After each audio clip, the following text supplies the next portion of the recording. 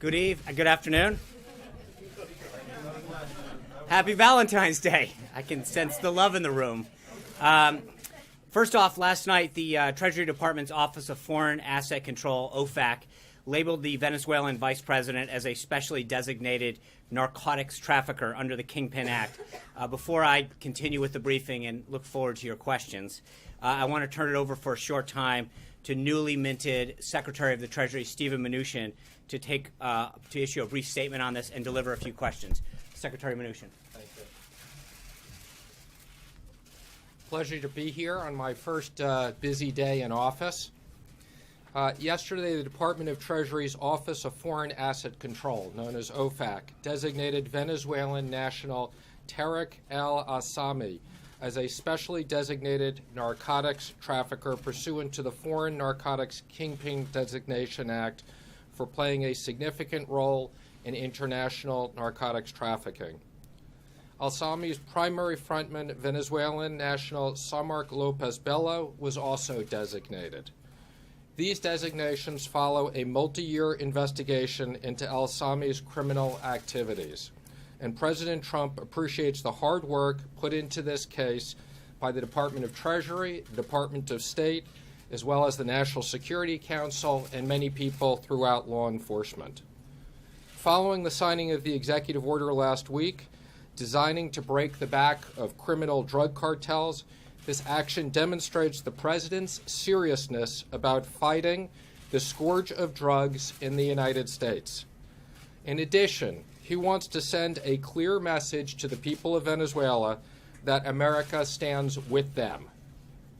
And with that, I'm happy to take 2 or 3 questions specifically about this. Since sanctions are directly relevant, obviously, to the Treasury Department, which is an agency that you now oversee, can you talk a little bit about plans to sanction Russia and if you will keep Obama-era sanctions against Russia? Our current sanctions programs are in place, and I would say sanctions are an important tool that we will continue to look at for various different countries. But it's a very important program within the Treasury Department. For Russia specifically, sir? The existing policies are in place. Mr. Secretary.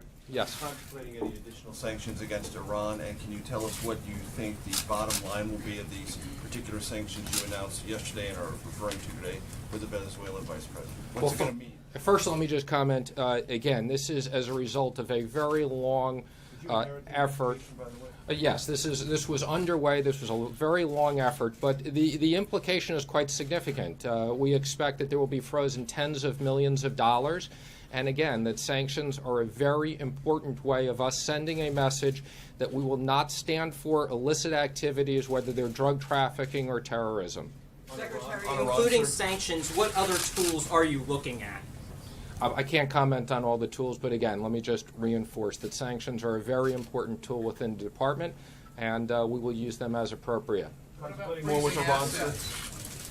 In this case, we did freeze assets again, as I mentioned, tens of millions of dollars of assets, and that will have a very big impact on this. So I'll take one more question, please. Yes, in the back. During the campaign, the president had made comments about Janet Yellen and whether basically inferring that she was being too political and that she should be ashamed of herself. Do the folks at the Treasury Department and within the administration feel confident with Mrs. Yellen at the helm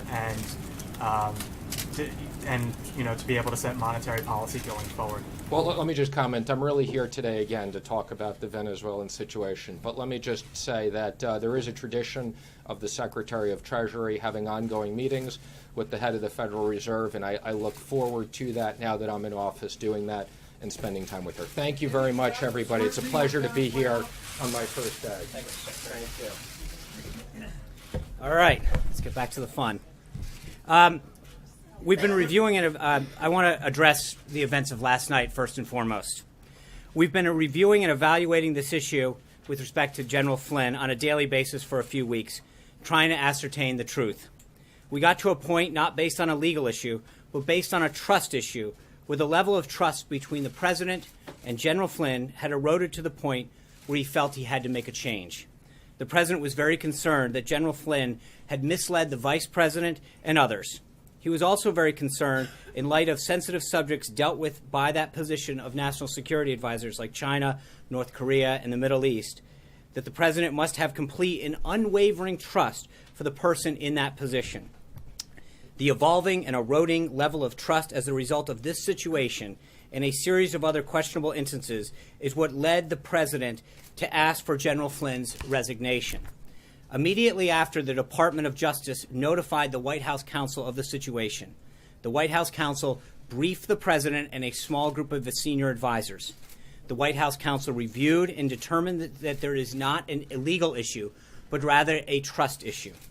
During this process, it's important to note that the president did not have his Attorney General, Jeff Sessions, who he trusts immensely, approved by the Senate. When the president heard the information as presented by White House counsel, he instinctively thought that General Flynn did not do anything wrong, and the White House counsel's review corroborated that. It is not ordinary for an incoming national security advisor to speak with his counterparts about the issues of concern to them. In fact, he spoke with over 30 of his counterparts throughout the transition.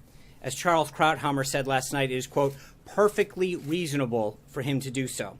The issue here was that the president got to the point where General Flynn's relationship misleading the vice president and others, or the possibility that he had forgotten critical details of this important conversation, had created a critical mass and an unsustainable situation. That's why the president decided to ask for his resignation, and he got it. The irony of this entire situation is that the president has been incredibly tough on Russia. He continues to raise the issue of Crimea, which the previous administration had allowed to be seized by Russia. His ambassador to the United Nations, Nikki Haley, stood before the UN Security Council on her first day and strongly denounced the Russian occupation of Crimea. As Ambassador Haley said at the time, the, quote, dire situation in eastern Ukraine is one that demands clear and strong condemnation of Russian actions. President Trump has made it very clear that he expects the Russian government to de-escalate violence in the Ukraine and return Crimea. At the same time, he fully expects to and wants to be able to get along with Russia, unlike previous administrations, so that we can solve many problems together facing the world, such as the threat of ISIS and terrorism.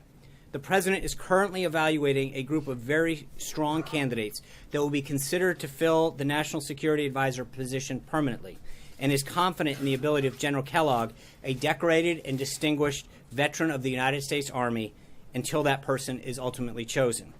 Before I get into the president's schedule for today, a quick recap of the president's activity over the last few days, since we haven't had the honor of sharing so much time together. The president's been keeping a close eye on the Oroville Dam situation in California. We've worked closely with Doug LaMalfa, who represents California's 1st District, where the dam's located, and other state officials to help people who have been impacted. The situation is a textbook example of why we need to pursue a major infrastructure package in Congress. Dams, bridges, roads, and all ports around the country have fallen into disrepair. In order to prevent the next disaster, we will pursue the president's vision for an overhaul of our nation's crumbling infrastructure. We hope everyone remains safe as the evacuations continue, and will be working alongside with FEMA and appropriate government entities to make sure that we are doing everything we can to attend to this matter. The president was honored also to welcome the Prime Minister of Japan last week from their first official meeting at the White House to their joint press conference at Mar-a-Lago, their joint press conference and their time together at Mar-a-Lago. The president and the Prime Minister had a productive visit that reaffirmed their determination to further strengthen the U.S.-Japan alliance and economic relationship. At Mar-a-Lago, the president was proud to stand behind Prime Minister Abe on Saturday to convey the United States' unwavering support for our Japanese allies in the face of North Korea's most recent missile launch. On Sunday, the president met with now Secretary Treasury Mnuchin and Mr. Steve Wynn before returning to Washington. Yesterday, the president had an incredibly productive set of meetings and discussions with Prime Minister Trudeau of Canada, focusing on our shared commitment to close cooperation in addressing both the challenges facing our two countries and the problems throughout the world. Our countries share a profound economic interest, with more than $2 billion in two-way trade flowing across our border every day. The president was pleased to launch the Canada-United States Council for the Advancement of Women Entrepreneurs and Business Leaders by holding a roundtable discussion here at the White House. Together with Prime Minister Trudeau, his daughter Ivanka, the President discussed the unique challenges that women face in the workplace with an incredible group of successful and respected female business executives from both countries. A full list of the participants is available through the pool. In addition to his in-person meetings with the Prime Ministers of Japan and Canada, the President also recently had phone calls with the Presidents of Tunisia, Peru, Nigeria, Colombia, and South Africa. Readouts are available on all of those calls. Finally, following the Prime Minister's visit to yesterday, the President met with Chairwoman McDaniel and Co-Chairman Paduchik of the Republican National Committee. In the afternoon, the President participated in a pinning ceremony for Major Ricardo Turner, one of his military aides. The aides to the President are mid-grade officers, one from each of the services. They provide direct support to the President as in his role as Commander-in-Chief, and their primary responsibilities are to serve as an emergency action officer, aide-de-camp, and ceremonial aide. It's a long-standing tradition that one of the President's military aides is promoted to the next higher grade. The President conducts that promotion. Major Ricardo Turner, the President's military aide, was recently promoted to Lieutenant Colonel, and the promotion was held in the Oval Office. The President also spoke yesterday with Maureen Scalia on the one-year anniversary of her husband's passing. The President and Mrs. Scalia discussed her late husband's incredible legacy and how the President is making every effort to carry it on by nominating Judge Gorsuch, who shares the love of the Constitution, to succeed him on the bench. Last night, the President obviously hosted the swearing-in of Secretary Mnuchin in the Oval Office. Secretary Mnuchin is a world-class financier whose decades of experience with financial and monetary matters make him the ideal person to spearhead the President's plan to develop a dynamic, booming economy that works for all Americans. We're glad to officially have him on board. Now moving on to the schedule of today. This morning, the President and newly confirmed Secretary of Education DeVos held a parent-teacher conference meeting with parents and educators from public, private, charter, and homeschools this morning. The President opened the meeting by congratulating Secretary DeVos for her toughness and staying the course throughout her confirmation process. He then discussed his vision for all Americans to have an opportunity to climb the ladder of success, starting with making quality education available to every child, no matter their zip code. Under the current system, the President believes too many of our children are trapped in failing schools, especially in the African-American community. The President told the group to begin addressing this problem, which he views as a civil rights issue. He wants parents to be able to decide what educational options are best for their children. The group launched into a wide-ranging discussion that included public and charter schools, homeschooling, dropout prevention, and the Basis Schools program, states' responsibilities, and the current state of the U.S. Department of Education. The President's ultimate goal is to create safe communities, great schools, and well-paying jobs. He believes that each of these goals is linked to the others, and the Trump administration is taking concrete steps to achieve them all. The President also spoke on the phone earlier today with Prime Minister May of the United Kingdom, continuing the productive conversation they started during her visit earlier this year. A readout on that call should be coming soon. The President then had lunch with New Jersey Governor Chris Christie and his wife regarding combating drug use. At 2 o'clock, the President will sign House Joint Resolution 41 in the Oval Office. The resolution is the start of rolling back harmful Obama-era regulations, which have cost the American businesses and consumers a staggering $890 billion, making our companies less competitive and even driving some of them out of business. The American free enterprise system is the greatest engine for economic prosperity in the world. But for too many to reach its maximum potential, we must remove the barriers to productivity that are holding back our great workers and businesses. Misguided federal regulations, such as the SEC rule addressed by HJR 41, inflict real cost on the American people and put our businesses, especially small businesses, at a significant disadvantage.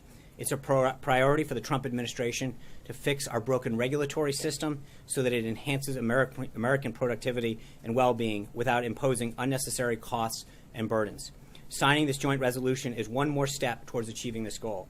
Later this evening, the President will meet with Secretary Kelly and Attorney General Sessions to continue discussions on potential options for addressing the very clear national security threats we're facing in light of the recent Supreme Court ruling. Tomorrow, the President is pleased to be welcoming Israeli Prime Minister Benjamin Netanyahu to the White House. They will discuss ways to advance and strengthen the special relationship between our two countries and stability in the Middle East. They will consult on a range of issues, regional issues, including addressing the threats posed by Iran and its proxies, the crisis in Syria, and countering ISIS and other terrorist groups. As the President has made clear, his administration will work to achieve a comprehensive agreement that would end the Israeli-Palestinian conflict so that Israelis and Palestinians can live in peace and security. The way forward toward that goal will also be discussed between the President and the Prime Minister. They will hold a joint press conference tomorrow as well, and further guidance will be coming on the time and location.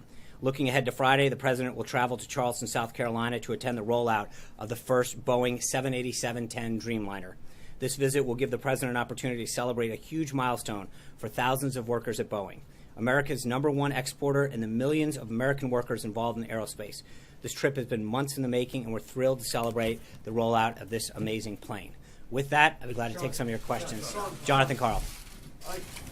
Back in January, the President said that nobody in his campaign had been in touch with the Russians.